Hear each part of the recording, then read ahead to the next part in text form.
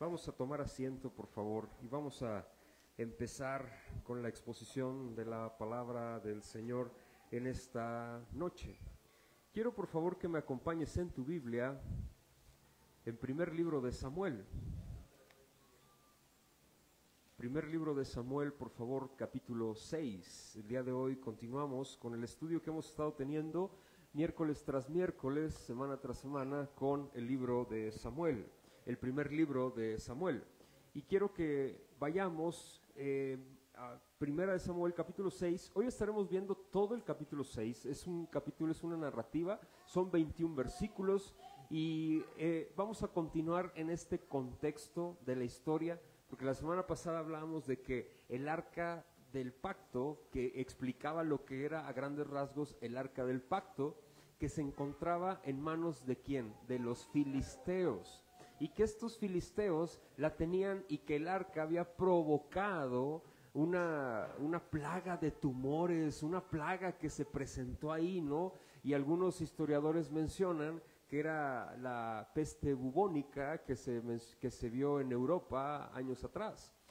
Y algunos mencionan que era esta plaga que se estaba viviendo en este momento, puesto que eran ratas, una plaga de ratas que se veía, que se mostraba, y que esas ratas estaban mordiendo a las personas que se encontraban en los ciudades filisteas y generaban estas llagas, ¿no?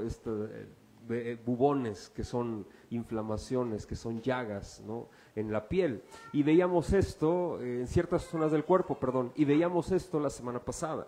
Ahora, hoy vamos a continuar con este contexto, porque ahí se quedó la narrativa o la historia de la semana pasada, ahí nos quedamos. Hoy vamos a continuar con esta misma sintonía. La semana pasada concluimos que no todos los que se encuentran en la iglesia son hijos de Dios. ¿Te acuerdas? Y lo mencionamos. ¿Por qué lo mencionábamos? Porque veíamos cómo la gloria de Dios se había mostrado a los filisteos y ellos, ninguno se convirtió. No hay registro de que se convirtieran. Al contrario, ¿qué hicieron? Temblaron, empezaron, ninguno, no muestra que se arrepintieron, no muestra que se humillaron delante del Señor. Y veíamos algunas aristas o algunos paréntesis que yo hacía a lo largo del estudio de la semana pasada. Pero concluimos también que los filisteos, al ver la gloria de Dios, ellos no se arrepintieron de su pecado. Y yo concluía con que, mis hermanos y hermanas, el único que puede dar vida es ¿quién? Dios. Nada más, nada más. No hay nadie, mis hermanos. Mira, tú puedes ver a personas que están muy entusiasmadas, y yo empezaba la semana pasada con la parábola del sembrador, como se muestra en las Sagradas Escrituras, ¿no? O la parábola de las tierras. Y hacía referencia a varias tierras allí, hace referencia a nuestro Señor Jesucristo. Pero ahí menciona que hay solamente una tierra, la buena tierra, la que da fruto, al 100%, ¿sí? Y esto es muy importante para nosotros. ¿Por qué? Porque hay mucha gente que puede venir a la iglesia y que puede parecer que es cristiana. Es más, puede mostrar muchos signos de que es creyente, pero en realidad no ha nacido de nuevo. Vienen ¿cómo se llaman? Las complicaciones de la vida, vienen los deseos engañosos de las riquezas, y estas personas se van. Y ya lo hemos explicado, lo expliqué la semana pasada, y concluía con esto. Los filisteos vieron eso de parte de Dios, y ellos no se arrepintieron, porque Dios no le plació revelarse a ellos, Dios no les dio vida. Concluíamos con esto. Hoy en esta misma sintonía, permíteme leer primer libro de Samuel, capítulo 6, y que me sigas con tu vista, si me haces el favor, del versículo 1 hasta el versículo, por favor, 21, y después regreso con una breve introducción. Dice lo siguiente, versículo 1, estuvo el arca de Jehová en la tierra de los filisteos, ¿cuánto? 7 meses. Si tú lees la narrativa pasada, puede parecer que fue un momento breve el que se encontró el arca del pacto en la tierra de los filisteos. Fueron 7 meses, más de medio año, es muchísimo tiempo, con pestes, con plagas, imagínate esto, ¿no? Algunos historiadores mencionan que las ratas consumían la comida en masa, o sea, de los filisteos en sus graneros. Antes no había cómo erradicar la plaga de los ratones, hoy sí lo hay veneno para ratas, pero antes no había, ¿no? Y decía, algunos historiadores dicen, esto, la plaga, no nos imaginemos que eran 5 o 6 ratoncitos que andaban por ahí brincando, no, eran miles y miles de ratas y ratones ahí en la tierra de los filisteos, porque era una plaga.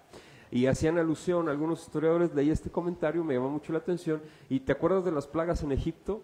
Cuando mandó las langostas el Señor, cuando mandó las ranas, no mandó 1, 4 ranas, no, mandó miles de ranas, ¿no? Es más, no mandó 1 o 2 langostas, mandó miles de cientos de langostas. Imagínate las ratas y ratones, ¿cuántas ratas y ratones mandó el Señor?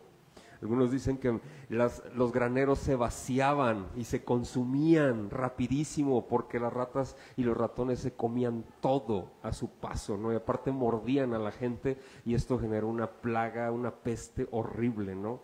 Checa, por 7 meses, vamos a continuar. Entonces los filisteos llamando a los sacerdotes y adivinos preguntaron, ¿qué haremos del arca de Jehová? Hacednos saber de qué manera la hemos de volver a enviar a su lugar. Ellos dijeron, si envías el arca del Dios de Israel, no la envíes vacía, sino pagadle la expiación. Entonces seréis sanos y conoceréis por qué no se apartó de vosotros su mano. Y ellos dijeron, ¿y qué será la expiación que le pagaremos? Ellos respondieron, conforme al número de los príncipes de los filisteos, 5, ¿qué dice? Tumores de oro. Y 5, ¿qué dice? Ratones de oro. Porque una misma plaga ha afligido a todos vosotros y a vuestros príncipes. Haréis pues figuras de vuestros tumores y de vuestros ratones. Fíjate, me llama la atención cómo dicen, de vuestros tumores y de vuestros ratones, como si fueran nuestros, ¿no? Checa y dice más adelante. Dice, y de vuestros ratones que destruyen la tierra y daréis gloria al Dios de Israel. Quizá aliviará su mano de sobre vosotros y de sobre vuestros dioses y de sobre vuestra tierra. ¿Por qué endurecéis vuestro corazón como los egipcios y Faraón endurecieron su corazón? Después que los había tratado así, ¿no los dejaron ir y se fueron? Haced pues ahora un carro nuevo y tomad luego 2 vacas que críen, a las cuales no haya sido puesto yugo, y uncid las vacas al carro y haced volver sus becerros detrás de ellas a casa. Tomaréis luego el arca de Jehová y la pondréis sobre el carro y las joyas de oro que la habéis de pagar en ofrenda por la culpa. Las pondréis en una caja al lado de ella y la dejaréis que se vaya. Verso 9. Y observaréis, si sube por el camino de su tierra a Bet-Semes, él nos ha hecho esta maldad tan grande. Y si no, sabremos que no es su mano la que nos ha herido, sino que esto ocurrió por accidente. Verso 10. Y aquellos hombres lo hicieron así. Tomando 2 vacas que criaban, las uncieron al carro y encerraron en casa sus becerros. Y luego pusieron el arca de Jehová sobre el carro y la caja con los ratones de oro y las figuras de sus tumores. Y las vacas se encaminaron por el camino de Bet-Semes y seguían camino recto, andando y bramando sin apartarse ni a derecha ni a izquierda. Y los príncipes de los filisteos fueron tras ella hasta el límite de Bet-Semes. Y los de Bet-Semes segaban el trigo en el valle, y alzando los ojos vieron el arca, y ¿qué? Regocijaron cuando la vieron. Y el carro vino al campo de Josué de Bet-Semes, y paró allí donde había una gran piedra. Y ellos cortaron la madera del carro y ofrecieron las vacas en holocausto a Jehová. Y los levitas bajaron el arca de Jehová y la caja que estaba junto a ella, en la cual estaban las joyas de oro, y las pusieron sobre aquella gran piedra. Y los hombres de Bet-Semes sacrificaron holocaustos y dedicaron sacrificios a Jehová en aquel día. Cuando vieron esto, los 5 príncipes de los filisteos volvieron a Ecrón el mismo día. Estos fueron los tumores de oro que pagaron los filisteos en expiación a Jehová por Asdod, 1 por Gaza, 1 por Ascalón, 1 por Gat, otro por Ecrón, 1. Y luego dice, y los ratones de oro fueron conforme al número de todas las ciudades de los filisteos, pertenecientes a los 5 príncipes, así las ciudades fortificadas como las aldeas sin muro. La gran piedra sobre la cual pusieron el arca de Jehová está en el campo de Josué Bet-Semes hasta hoy. Verso 19, fíjate en este texto del 19 al 21. Entonces Dios hizo morir a los hombres de Bet-Semes, porque habían mirado dentro del arca de Jehová. hizo morir del pueblo a 50,070 hombres. Y lloró el pueblo porque Jehová lo había herido con tan gran mortandad. Y dijeron los de Bet-Semes: ¿quién podrá estar delante de Jehová el Dios santo? ¿A quién subirá desde nosotros? Y enviaron mensajeros a los habitantes de Kiriat Jearim, diciendo: los filisteos han devuelto el arca de Jehová, descended pues y llevadla a vosotros. Vamos a ver, y quiero empezar con esta breve introducción, mis hermanos. ¿Tú sabes lo que es obediencia? ¿Qué significa obedecer? ¿Tú sabes lo que es obedecer? Yo creo que términos así específicos del significado se nos puede complicar explicarlo, pero sé que todos comprendemos implícitamente lo que es obedecer, sí o no. La obediencia es esto, es una acción, es la acción o efecto de obedecer, es decir, cumplir con las órdenes, mandatos o indicaciones de una autoridad. Ese es el concepto básico de obedecer. Si, por ejemplo, una autoridad a nosotros nos dice qué hacer, ¿qué sería obedecer? Hacer lo que nos está diciendo. ¿Para después? En el momento, porque eso es una obediencia activa. Ahora, esto es importante. Si una autoridad nos dice que tenemos que hacer algo y no lo hacemos, ¿qué es? Desobediencia, así de sencillo. Pregunta, ¿tú crees que para Dios le interesa la obediencia o no? Por supuesto que sí, claro que sí, a Dios le importa muchísimo la obediencia. Nosotros tenemos un gran problema y eso es a causa de nuestro pecado. Somos desobedientes por naturaleza. ¿Sabes por qué? Porque cuando Dios pone a Adán en el jardín, le da instrucciones y le dice: de todo árbol podrás comer, excepción del árbol que está en el centro. En el centro del jardín había Dios puesto dos árboles, según el relato de Génesis, y uno de ellos era el árbol del conocimiento de la ciencia del bien y del mal. ¿Te acuerdas de eso? Y el otro árbol que puso al centro del jardín fue el árbol de la vida. Y esto es importante para ti y para mí por lo siguiente: cuando Dios pone ese árbol, le dice: de todos los árboles puedes comer, excepto de uno. ¿De cuál? Del árbol del conocimiento de la ciencia del bien y del mal. ¿Te acuerdas de eso? De todos puedes comer menos de ese. ¿Y qué fue lo que hizo el hombre? Comió.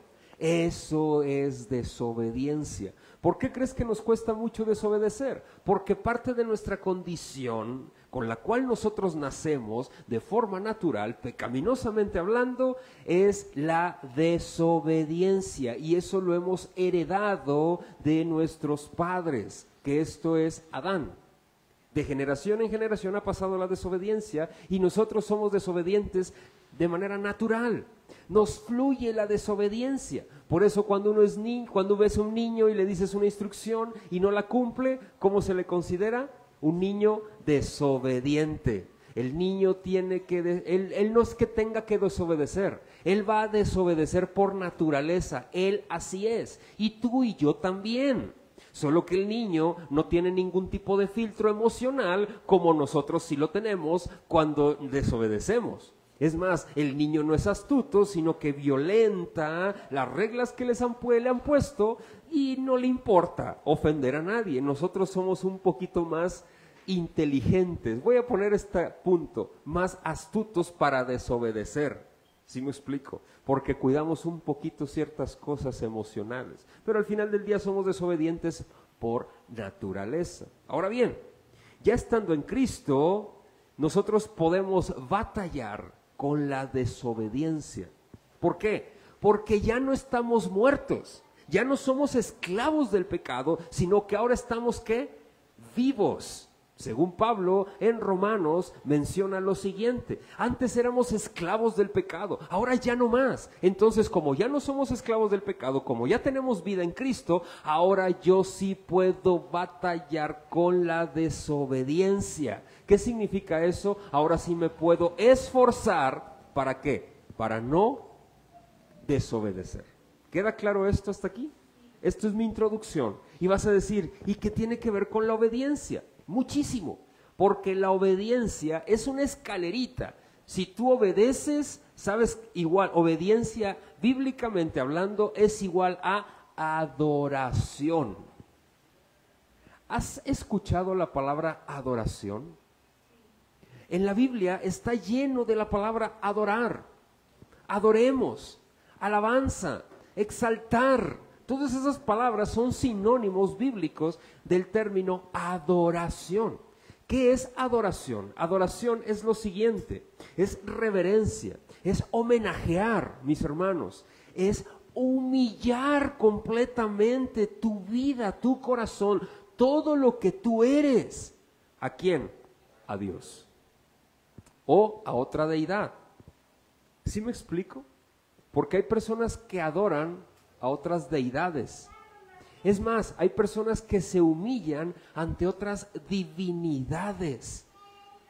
Mira, les podemos poner a esas divinidades el nombre que tú quieras. Pueden ser estatuas, pero también pueden ser emociones. Hay personas que adoran estar tristes. ¿Tú sabías eso? Les encanta estar tristes.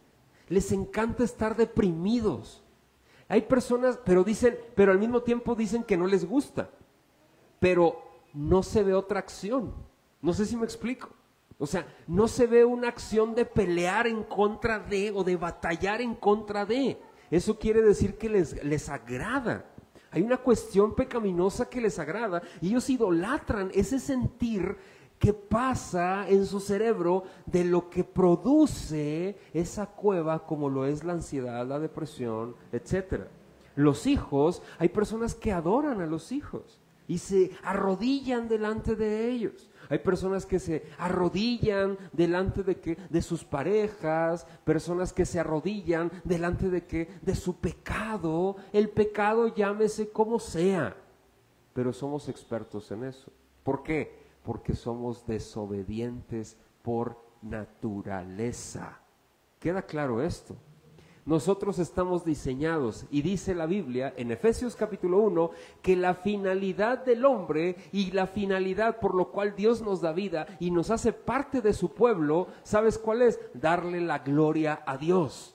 El hombre, nosotros somos felices cuando le damos la gloria a Dios, y darle la gloria a Dios es el acto más sublime de adoración del ser humano. ¿Qué significa darle la gloria a Dios? Significa, mis hermanos, testificar ante los hombres, es más, exaltar ante los hombres que yo soy un hijo de Dios, no solo con las palabras, sino con mi vida. Pero entro en esta pregunta y me voy al texto y al esquema de mi sermón. ¿Tú cómo crees que le podemos dar fama a Dios delante de los hombres? ¿Será predicando su palabra? Una es predicar su palabra, pero hay algo más. ¿Sabes cómo? Obedeciéndole. Mira, te lo voy a poner así de fácil. Oye, ¿tú has conocido cristianos? Cuando ves a un cristiano o cuando se te viene un cristiano a la mente, ¿qué se te viene a la cabeza? Una persona que creyente, pero ¿qué se te viene a la mente? Creyente, ¿qué más? ¿Cómo? Buena. ¿Qué es bueno para ti? Platícame, dime. Así sencillo, llanamente. Noble, compartido, pacífico, obediente, ¿a poco no ante las reglas, que obedece los lineamientos que le pone la sociedad? ¿Sí o no? Que busca cumplir con las normas, ¿dónde? Como si fueran, miren, bien portados, ¿sí o no? ¿Verdad que sí? La sociedad eso te ve, eso, mis hermanos, ¿sabes por qué tienen ese concepto? Porque eso es adorar a Dios en la humanidad. No sé si me explico. Adorar a Dios tiene mucho que ver con la obediencia, mis hermanos. Darle la gloria a Dios es eso, mis hermanos, ser obediente delante de los hombres. Es más, ser obediente, pero ¿voy a obedecer las leyes del mundo? ¿Cuáles? Las leyes de Dios. Si yo obedezco las leyes divinas, mis hermanos, sobre de esa ley no hay ley que se sobreponga. Es suprema, es superior, la ley divina es superior. La ley de Dios es espiritual. Pero nosotros somos pecadores vendidos al pecado. No podemos cumplirla porque la ley es espiritual. Pero en Cristo, mis hermanos, alguien obedeció la ley para que nosotros tengamos eternidad, tengamos vida, seamos reconciliados con Dios. Pero ahora que ya somos reconciliados y tenemos vida, nosotros sí podemos seguir los pasos de Jesús. ¿Sí o no? ¿Sabes qué significa seguir los pasos de Cristo? ¿Qué fue lo que Él hizo? Obedeció. ¿Sí me explico? Eso es seguir los pasos de Cristo, la obediencia. Ojo, no estoy hablando de ser personas perfectas. No estoy hablando de ser personas que podemos obedecer la ley a cabalidad. No, estoy hablando de personas que ya no somos esclavas del pecado y que ahora tenemos la libertad para seguir las pisadas ¿de quién? De Cristo. Quiero empezar, vas a decir, hermano, pero ¿qué tiene que ver todo esto con los, no sé, los tumores de oro, los ratones, que se va el arca? Mucho, vas a ver por qué. Te voy a decir por qué. Porque Dios ha ordenado ciertas cosas a nosotros, su pueblo, que debemos de adorarle de cierta manera, mis hermanos. Y nosotros siempre deseamos adorarle a nuestra forma, a nuestra manera, y no como Él dijo que tenemos que adorarle. ¿Sí o no? Mira, ¿tú crees que es obligación venir a la iglesia? Claro que sí, Dios lo dijo. Es más, lo puso, lo dice su palabra. ¿Cómo sé que Dios lo dijo? Porque lo dice su palabra.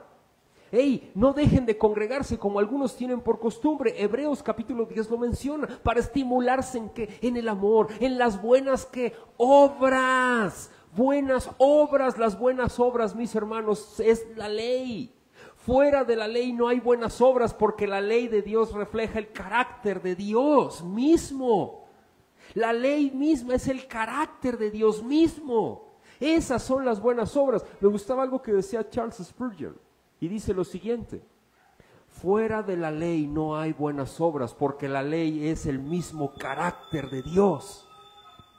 Y qué horrible es comprender hoy en día que los cristianos no nos sabemos los 10 mandamientos. Qué horrible es eso. A mí me da mucha tristeza. No es posible que a nuestros niños desde pequeñitos no se les enseñe los 10 mandamientos. Porque vivimos, entre comillas, bajo la gracia. Eso no tiene nada que ver con la gracia, los mandamientos. La obediencia no tiene nada que ver. Eso es una tergiversación doctrinal que se llama antinomianismo y lo vamos a ver al final. Pero quiero mencionar lo siguiente, mis hermanos. Esto tiene mucho que ver con el texto que vamos a ver. ¿Por qué? Porque si yo quiero adorar a Dios, yo necesito obedecer a Dios. ¿Sí me explico? Es que yo con Dios, mira, Dios y yo tenemos una relación, acá Él y yo, y no necesito de nada más. No, sí lo necesitas. Eso no es más que tu pecado de orgullo, de soberbia y de arrogancia que no te permite seguir adelante. Tíralo, suéltalo, porque la soberbia, la arrogancia no te va a llevar a nada. Una persona orgullosa, soberbia y arrogante y mentirosa se parece más al diablo. Esa es la esencia del carácter de Satanás: la soberbia, la arrogancia, el orgullo y la mentira. Y eso lo dice la palabra del Señor, eso lo menciona la Biblia. Jesús dijo: Satanás es mentiroso desde el principio porque él es padre de mentira. Es más, lo dicen los profetas mayores, dice que él se encontró orgullo en él, se encontró maldad en él. La palabra ahí en el hebreo es que se encontró soberbia, arrogancia. La palabra altivez y arrogancia es lo que se encontró en el diablo desde el principio, por eso fue arrojado y destituido de la presencia de Dios. Una persona arrogante y soberbia, todos somos arrogantes y soberbios en diferentes grados y mentirosos en diferentes grados. Por eso no somos hijos antes de Cristo, antes de haber nacido de nuevo, éramos hijos del diablo, hijos de ira. ¿Por qué? Porque teníamos la esencia del diablo en nuestra mente, en nuestro corazón. ¿Sí o no? Mentirosos, orgullosos, soberbios, arrogantes. Ya cuando llegamos a los pies de Cristo, algunos se arrepienten, pero seguimos teniendo rebabas. ¿Sí se entiende lo que es ese término de rebaba? Esos pedacitos, hay que limarlos, y eso los lima el Espíritu Santo. Obviamente tengo que hacer yo también, y el Señor hace lo demás. Se llama sinergia. Vamos a continuar con esto. ¿Qué tiene que ver, Alejandro, con el texto que vamos a ver hoy? Mira, fíjate, te voy a explicar. Son 2 puntos. El segundo me lleva a mi conclusión. El primero es: los filisteos regresan el arca. Estaba el arca con los filisteos, y después de 7 meses que estaba con ellos, dicen: ¿qué vamos a hacer? Ya no aguantamos esto, hay una plaga tremenda, palabras más, palabras menos, y ellos mandan llamar ¿a quiénes? A sus sacerdotes y a sus adivinos. ¿A que ni sabes de quién? De los filisteos. Pero ¿sabes de quiénes eran los sacerdotes? ¿De qué templo? Y del templo eran los adivinos y los sacerdotes. ¿Sabes de quién? De Dagón.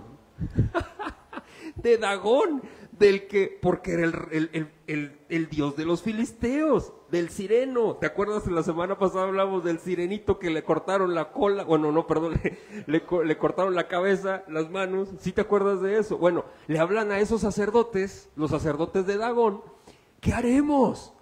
Y les dicen ellos: miren, ¿saben qué?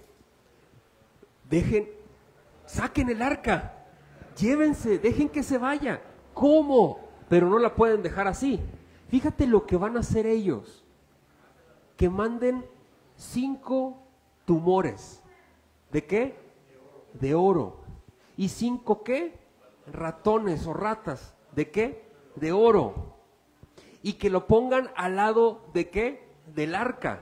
Era esta la instrucción de los sacerdotes. Mira, armen una base, una carreta nueva, háganla. Agarren 2 vacas que estén criando, que acaban de dar a luz a sus becerros. Yo no soy veterinario, desconozco de esto, pero leía que es muy difícil apartar a una vaca de su becerrito en ese momento.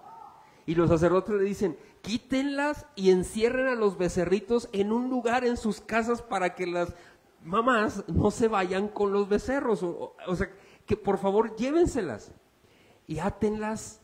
Pónganles la yunta de esa carreta y ahí suban el arca y que se vaya. No, que no lleve jinete ni nada, déjenlas que sigan esos animales, dicen los sacerdotes. Y al lado del arca van a poner una cajita con los tumores de oro y con los ¿qué? Con los ratones. Fíjate lo que dicen en el versículo, y quiero que me acompañes al verso 4. Le dicen los filisteos: ¿y qué será la expiación que le pagaremos? Fíjate, utiliza el término en el hebreo aquí, la traducción Reina Valera, utiliza el término expiación. En realidad, en el original no dice expiación. En el original dice: ¿qué vamos a ofrecer por lo que nosotros hicimos? Eso es lo que dice, pero no utiliza el término expiación. Ahora, esto es importante para nosotros porque los filisteos sabían: no podemos dejar el arca nada más así, tenemos que ofrecer algo. Y los sacerdotes responden, fíjate en el verso 4: conforme al número de los príncipes, 5 tumores de oro, 5 ratones de oro, porque una misma plaga ha afligido a todos vosotros y a vuestros, ¿qué dice? Príncipes. Esto es una forma, es un acto de adoración, mis hermanos. Pregunta: ¿tú crees que este acto de adoración fue agradable a Dios? No. Dios no había ordenado oro en sus actos de adoración. Ojo, Dios no había ordenado oro, pero ¿sabes quién sí lo hacía? Dagón. Y ellos, los sacerdotes de estos, están diciendo: mira, dales oro, lléveselos. Fíjate, ¿cuál fue el padecimiento que tuvieron? Tumores. Y los ratones o ratas, porque aquí es roedor en el original. Esto es importante, fíjate. Dios nunca, mis hermanos, ordena que se le pongan extremidades humanas como sacrificios.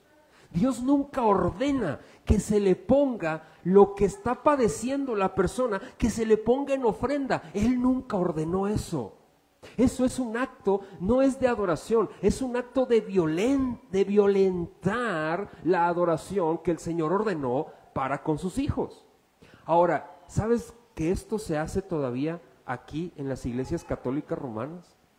Cuando una persona sana de un hombro, de una extremidad, de un brazo, de una pierna, ¿sabes qué se lleva?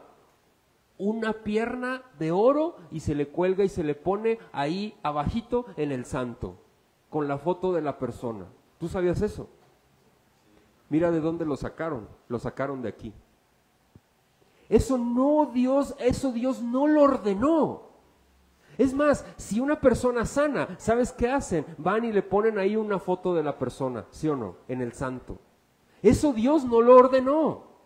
Dios no ordenó absolutamente nada de eso. Y mira, pero Dagón sí lo ordenaba. ¿Qué tiene que ver eso? No sé si me explico. Están falseando la adoración al Dios verdadero y están poniendo una adoración pagana una adoración al arca del pacto. ¿Qué fue lo que Dios ordenó en realidad en su adoración? ¿Sabes qué? Dios no ordenó, y voy a actuar aquí como dijo Martín Lutero, Dios no ordenó que hicieran mandas, ni que ofrecieran sacrificios físicos. Dios no ordenó absolutamente nada. Dios ordenó el sacrificio de corderos.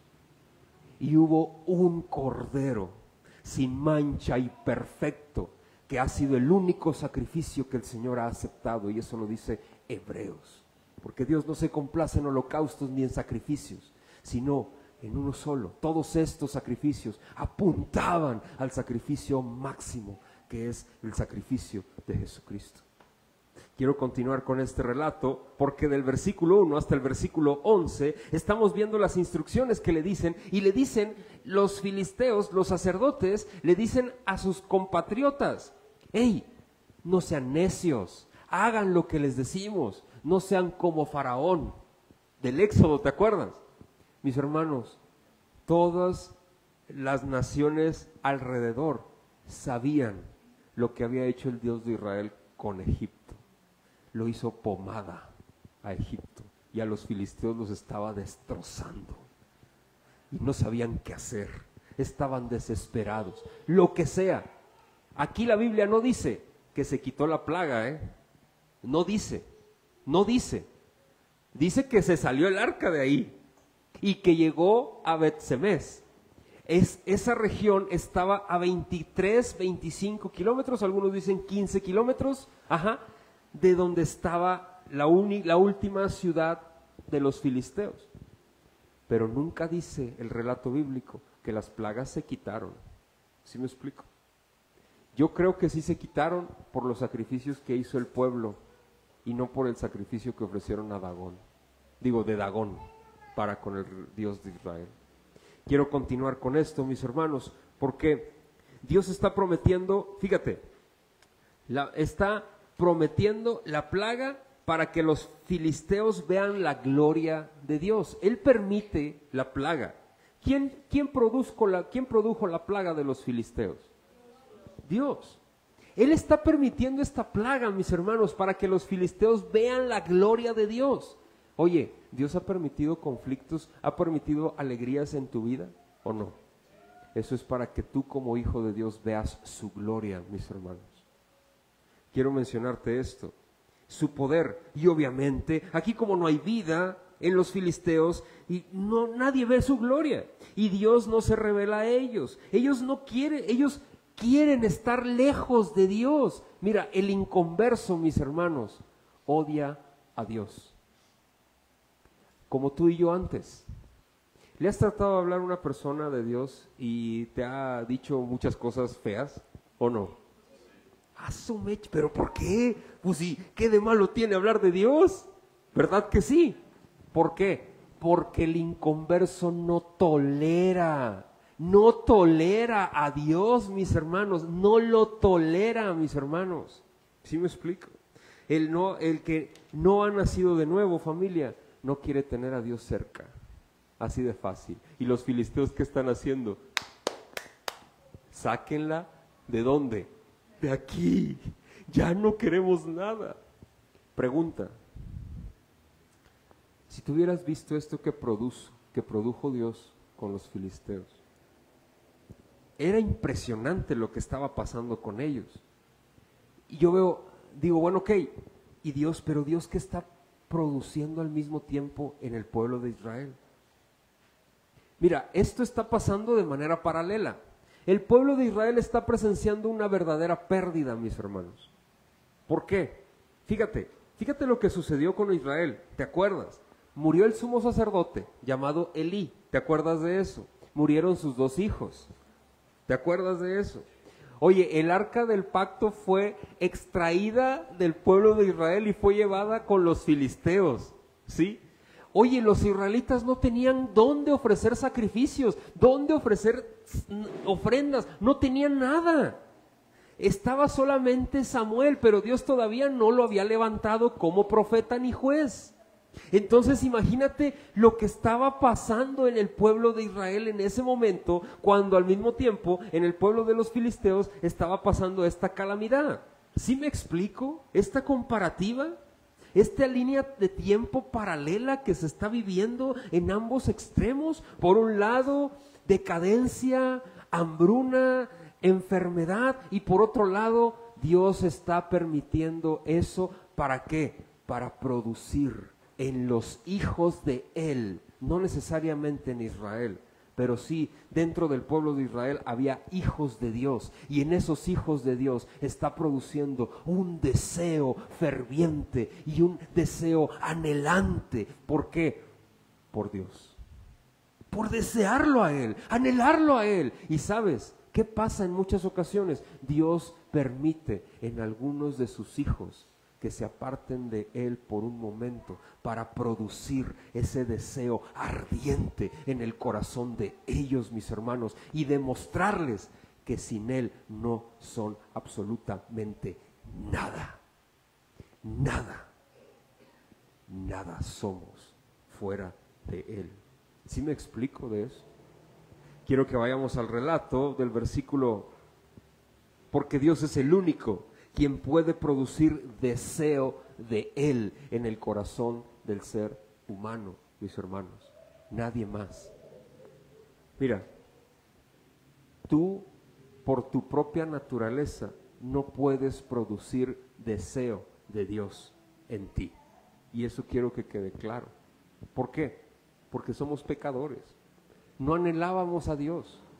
Si tú desde pequeño fuiste a alguna religión o te inculcaron una religión, eso no es Dios. Eso no es Dios. Yo te aseguro que tú no conocías a Dios como ahora lo conoces, ¿verdad que no? Y a lo mejor sí ibas a la iglesia católica, y a lo mejor sí ibas al mormonismo, y a lo mejor sí ibas con los testigos de Jehová, a lo mejor sí ibas con cualquier otra secta, con cualquier secta. Pero tú no conocías, y yo no conocía al Dios verdadero, grande, poderoso y majestuoso. Yo hoy lo conozco, hoy le tengo miedo, hoy sé quién es, y sé que Él se merece toda mi adoración y todo mi honor.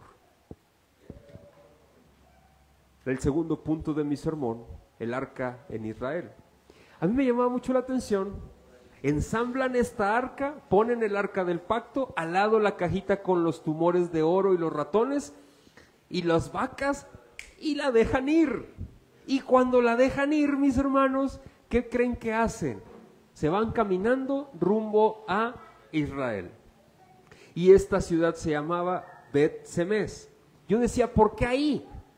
¿Por qué llegaron ahí? Porque Bet-Semes era una tierra levita. Eso viene en la ley. En la repartición de las tierras con Josué, Bet-Semes fue una tierra de levitas. Era una tierra de refugio levita. Y ahí había puros levitas. Los levitas eran los encargados ¿de qué? De la administración del tabernáculo, de los sacrificios, de todo. Es más, de los levitas de ahí descendía ¿quién? Moisés, Aarón, ¿sí? O sea, de la línea de Aarón venían los sumos sacerdotes. O sea, ahí estaba. Y llegó a la tierra de Josué. La tierra de Josué aquí no es el Josué del libro de Josué, sino que es una persona, un levita que se llamaba Josué. ¿Sí me explico? Algunos comentaristas dicen que es muy probable que era un descendiente de Aarón, ¿sí? De Aarón. Entonces, por eso llegó ahí. Y llega con las vacas Y llega y se para ahí y llegó hasta donde había una gran piedra y se quedan ahí paradas y hasta ahí llegaron. Y los príncipes de los filisteos, que eran 5, iban espiando a ver si dónde iba el arca, ¿no? Y llegó y ya cuando la vieron, que dijeron, vámonos, ahí se ven, ya nos vamos, ¿no? Esto es interesante, ¿por qué? ¿Qué hicieron ellos cuando vieron el arca? Dice la Biblia que se alegraron, se gozaron. Y se regocijaron grandemente e hicieron sacrificios. ¿Qué hicieron? Agarraron la leña, hicieron leña, el carruaje y las vacas que llevaban, las mataron y las ofrecieron ¿en qué? En sacrificio. Y ahí dejaron el arca, no la movieron. Pero hubo algo que hicieron que fue condenable. Y aquí me habla de otro acto de adoración que Dios no mandó. ¿Y qué fue lo que hicieron? Abrieron el arca. ¡Hala! Yo dije, pero Señor, son levitas, o sea, son de los tuyos, ¿por qué hiciste eso, Dios? Yo le hacía preguntas al texto. Muy fácil, porque Dios había ordenado que nadie iba a abrir el arca, y eso lo dice la ley. ¿Ellos qué hicieron? Desobedecieron. Los sacerdotes paganos ofrecieron una ofrenda a su manera, a su antojo. Los sacerdotes levitas, sabiendo y conociendo la ley, ellos desobedecieron deliberadamente la ley, porque la ley decía, no abras el arca, nunca. Ellos lo que hicieron, la abrieron. ¿Y qué pasó? Muerte. Aquí en la Reina Valera dice 1070 hombres, ¿sí? 70 hombres. Esto, aquí hay un detalle en las traducciones y quiero explicar algo muy breve. La verdad no dice 70 hombres, aunque en la Reina Valera sí está traducido, son 70 hombres solamente. Eso es lo que dicen más pergaminos. ¿Qué pasa con las traducciones? Te voy a explicar algo muy breve. Para poder traducir la Biblia, no solamente es de un pergamino, ¿sí me explico? O sea, no es como que se encuentran un rollo y un pergamino y de ahí hacen toda la traducción, no.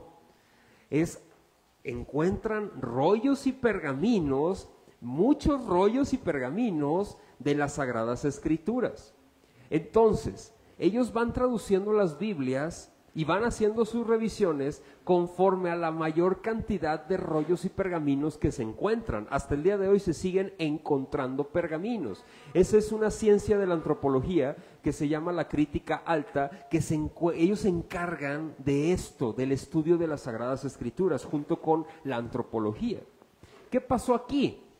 Cuando se tradujo la Reina Valera 60, los textos que se tenían descubiertos de pergaminos y papiros en hebreo decían 50.070, pero los más nuevos y actuales que se han encontrado dice 70 hombres solamente. No sé si me explico. Y hay más papiros y pergaminos que dicen 70 hombres y menos que dicen 50.070 hombres. ¿Sí me explico? Entonces, si hay más y más viejitos que dicen 70 hombres, creo que es digno, como dicen las traducciones nuevas. Por ejemplo, la NTV menciona 70 hombres y la Reina Valera contemporánea dice 70 hombres. Algunas otras traducciones dicen 70 hombres. ¿Por qué? Porque ya hay más papiros y pergaminos que cuando tradujeron la Reina Valera. ¿Sí me explico?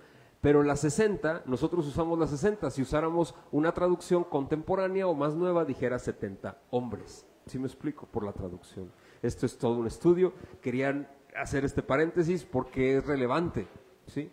Porque la interpretación, esa es otra cosa, ¿verdad? Que es parte también de la ciencia de la crítica alta, media, ¿no? Y baja. Pero bien, vamos a continuar. Quiero mencionar lo siguiente, mis hermanos. Fueron 70 hombres. Algunos mencionan, aquí la traducción dice 50.070 hombres.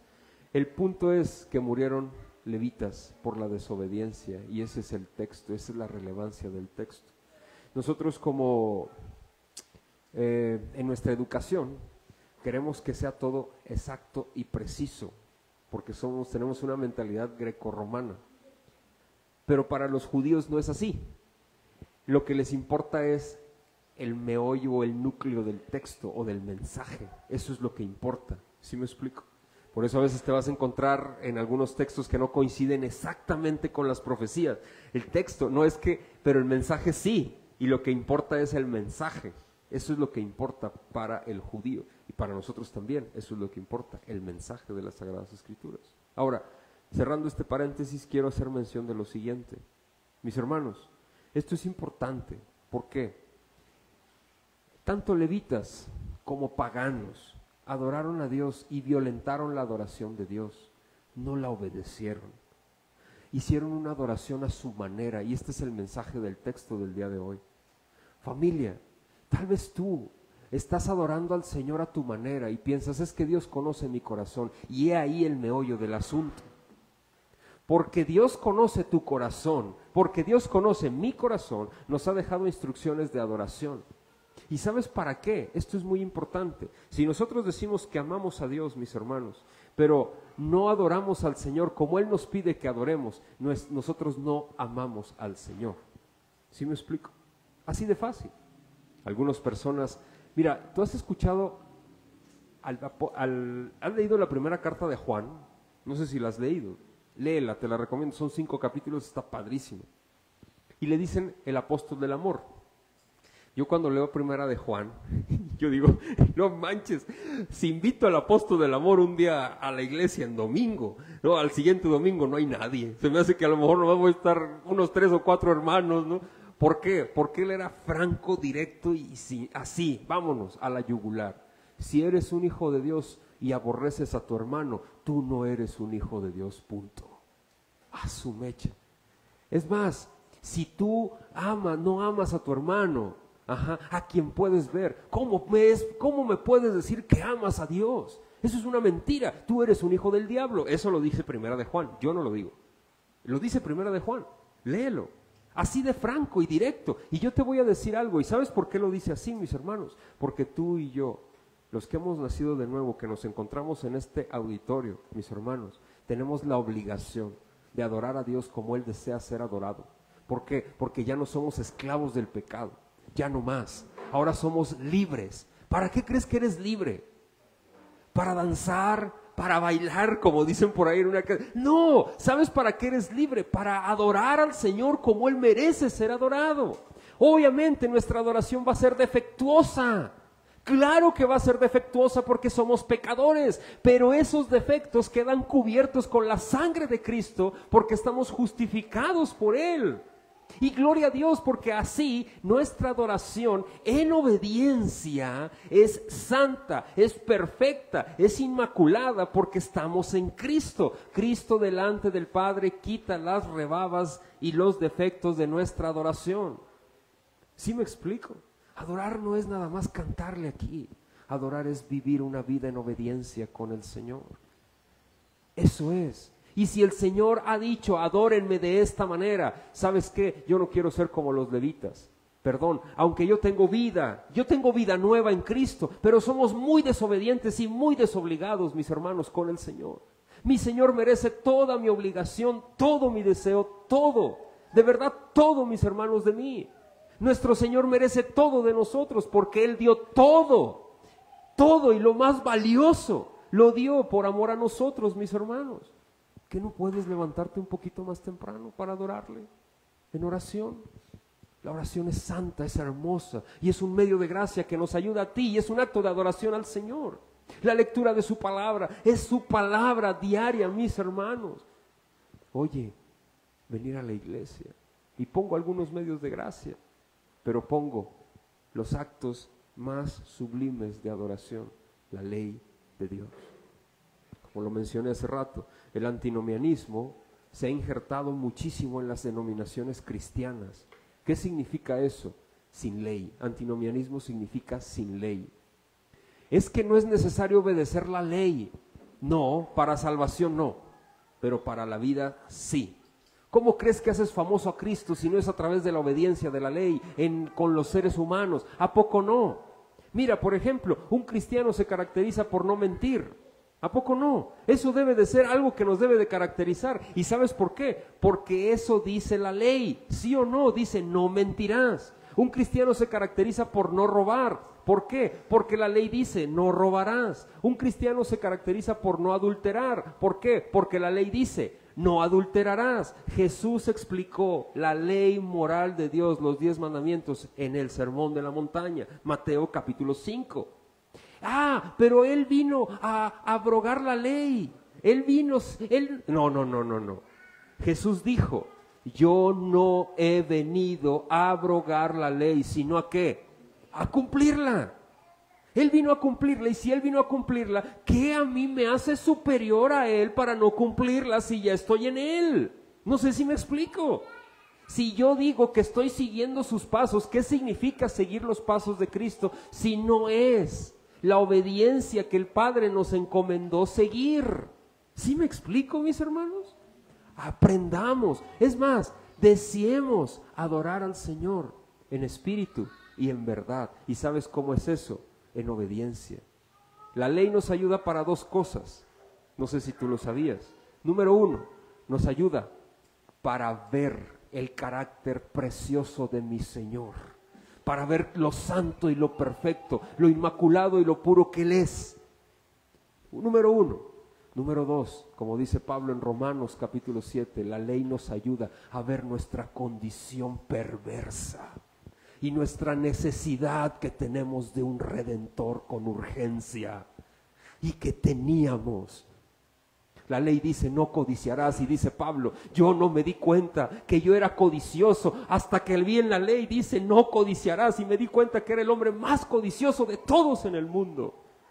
Yo soy el más pecador, decía Pablo, yo soy el más pecador. ¿Por qué? Porque él se veía a sí mismo en la ley. Él se veía en la ley y él veía lo podrido y lo putrefacto que estaba. Por eso él decía en Romanos capítulo 7, miserable de mí, ¿quién me librará de este cuerpo de muerte? Que lo que no quiero hacer, eso hago. Y ya no quiero más esto. ¿Quién? Y luego dice, doy gracias al Señor por Cristo Jesús, Señor nuestro, quien me ha liberado de esa esclavitud. ¿Qué significa esto, mis hermanos? Yo puedo obedecer, no perfecto, no, pero es mi acto de adoración. Yo obedezco la ley de Dios porque Él me lo encomendó y la obedezco por amor. Yo guardo sus mandamientos porque Él me lo pidió, porque lo amo, porque Él hizo todo por mí, algo que yo no podía hacer. Quiero cerrar mi sermón de hoy con un texto bíblico y una reflexión al final. Quiero que me acompañes a Juan, Evangelio de Juan, por favor. Hay muchos que dicen, me lo han comentado, Alejandro, pero es que, ¿ya para qué la ley? ¿Cómo que para qué, hermano? Pero es que, ¿a poco nos vas a prohibir comer cerdo? No, yo no estoy hablando de eso. Y los chicharrones del domingo, yo no estoy hablando de chicharrones, ni de carnita al pastor, ni nada de eso, ni del pepperoni, no. Yo estoy hablando de la obediencia a la ley moral de Dios. Juan capítulo 14, por favor.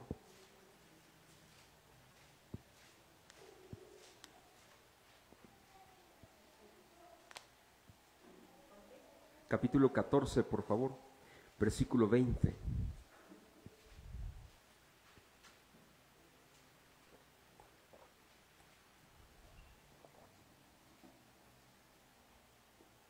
¿Listos? Juan 14, 20. En aquel día vosotros conoceréis que yo estoy en mi Padre y vosotros, ¿qué? En mí. Y yo en vosotros. Jesús está hablando a sus discípulos y dice, el que tiene mis ¿qué? ¿Y los qué? Ese es el que ¿qué? ¿Tú dices que amas al Señor? ¿Qué dice aquí? Guarda mis mandamientos. El que dice que me ama, guarda mis mandamientos. Fíjate lo que dice. Y el que me ama, será amado ¿por quién? Por mi Padre. ¿Y qué dice? Y yo le ¿qué? Le amaré. Y me manifestaré ¿a quién? ¡Wow! Checa lo que dice. Le dijo Judas, no al Iscariote, Señor, ¿cómo es que te manifestarás a nosotros sino al mundo? Respondió Jesús y le dijo, el que me ama, mi palabra, ¿qué dice? guardará, y mi Padre le amará, y vendremos a él y haremos morada con él. El que no me ama no guarda mis palabras, y las palabras que habéis oído, la palabra que habéis oído no es mía, sino del Padre que me envió. Algunos dicen, no, bueno, es que Jesús dejó otros mandamientos. A ver, espérame. ¿Quién le entregó la ley a Moisés? Dios. Ok. Mira, fíjate que dice algo muy interesante cuando habla acerca de la entrega de la ley de Moisés. Dice que a Dios nadie le ha visto jamás, ¿verdad? El unigénito Hijo de Dios le ha dado a conocer, lo dice la palabra. Y luego también menciona algo muy importante y muy interesante. ¿Quién es la imagen del Dios invisible? Jesucristo. Y eso lo dice también la palabra. Ahora, Moisés dice en el relato cuando se le entrega la ley que él vio la espalda de Dios. No sé si te acuerdas. ¿Y quién es la imagen del Dios invisible? Si a Dios nadie lo ha visto jamás.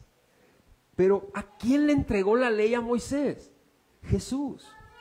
Jesús fue quien entrega la ley a Moisés. Es más, dice la Biblia que Dios es espíritu, y los que le adoran en espíritu y en verdad, Jesús lo dice en Juan capítulo 4, le tienen que adorar o le tenemos que adorar. Dice la Biblia que la ley fue escrita con el dedo ¿de quién? De Dios. Pero si Dios es espíritu, estoy hablando de Dios el Padre. Entonces, ¿quién le entregó la ley a Moisés? Jesús. ¡Wow! Mis hermanos, por eso Él dice, la palabra que yo les estoy dando no es mía, sino es del Padre. Y mis mandamientos, fíjate, dice, mis mandamientos, la ley, no mía, en el griego, en el original. Mi ley, Él entrega la ley al pueblo. Él nos entregó una ley. ¿Tú crees que Él dijo, ya no la van a obedecer ahora? Claro que no, porque dice, mis palabras, ni una jota ni una tilde pasarán ¿de qué? De la ley. Nada pasará hasta que todo se cumpla, hasta que yo regrese. Nada pasará. ¿Y por qué pasará cuando Él regrese? No es que pasará, lo que pasa es que veremos la ley encarnada físicamente en toda su gloria y su esplendor. ¿En quién? En el Hijo, en Él. Su carácter, su esencia la veremos porque estaremos con Él. Ya no habrá necesidad de haber una ley escrita ni tenerla en nuestros corazones, porque ahora ya la vemos y estamos permeados por completos de esa ley tan maravillosa. Por eso David decía, oh, me deleito yo, cuánto me deleito yo, mi Señor, en tu ley. Por eso aquellos decían, Aldo Luping decía lo siguiente, no puedo creer, ¿cómo pueden decir que la ley no es necesario obedecerla? Nunca la obedeceré a la perfección, pero sí seguiré las huellas de mi maestro, y ese maestro se llama Jesús. Y Él la cumplió, a cabalidad. Yo quiero parecerme cada vez más a Él. ¿Y cómo lo voy a hacer? Amando al Padre, no teniendo ídolos, honrando su día. Otra cosa, mis hermanos, yo no adulteraré, yo no me emborracharé, yo no codiciaré, yo lucharé por eso, porque ahora soy libre y tengo vida en Cristo Jesús, Señor nuestro. Y ese es mi más grande acto de adoración delante de Dios. Hay un sacrificio que el Señor ha aceptado nada más. Y todos los holocaustos apuntaban a Él. Y ese sacrificio es el de Jesús. Dios nunca ordenó oro ni plata en sacrificio. Ordenó los holocaustos de animales porque todos ellos apuntaban a un cordero. Y ese cordero era Jesús. Ese cordero perfecto y sin mancha ya fue sacrificado para que nosotros ahora vengamos a ser llamados hijos de Dios en Él. La obediencia de la ley significa esto, mis hermanos, caminar por el camino angosto. ¿Te acuerdas de eso que dice Jesús? Chiquitito, ahí vamos, porque el camino ancho va a la perdición. ¿Te acuerdas de eso? El camino estrecho, mis hermanos, es el camino que va a la verdad. Y nos ha sacado del camino ancho para ponernos en este camino angosto. Por favor, sigamos las pisadas del Cordero, sigamos las pisadas de Cristo, porque libres somos para darle la gloria y adoración a Él delante de los hombres y testificar que somos con Él sus hijos, para Él, de Él y en Él. Por eso dice la Biblia, de Él somos, en Él andamos y por Él nos movemos. A Él sea solo la gloria. Amén. No tratemos de adorar a Dios como nosotros querramos. Eso no funciona nunca.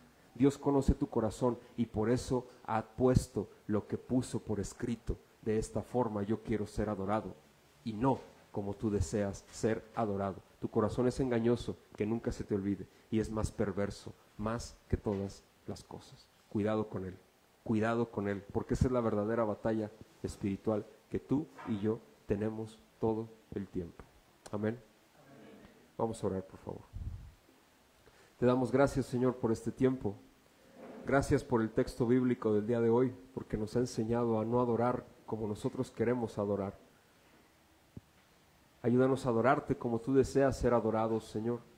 Ayúdanos a anhelarte como tú deseas ser anhelado. No podemos. Nuestros anhelos son imperfectos. El deseo de obedecerte es imperfecto. Pero gracias te damos a ti por Cristo nuestro Señor Jesús. El sacrificio fue aceptado y ahora en Él hemos sido reconciliados para darte la gloria, el honor y toda la adoración. Solo a ti, para que tú te gloríes, mi Señor, en la obediencia imperfecta que nosotros podemos brindarte, pero que gracias al sacrificio del Hijo es perfecta delante de tus ojos. Gracias por tanto amor, eso es gracia. Gracias por tu gracia. Ayúdanos a no manchar tu nombre, Señor, delante de los hombres y testificar que tú eres Rey de reyes y Señor de señores. Gracias, Señor. Ayúdanos a atesorarte, a amarte, a obedecerte como tú lo has mandado en tu palabra. Gracias por este tiempo. En tu nombre, Cristo, oramos. Amén.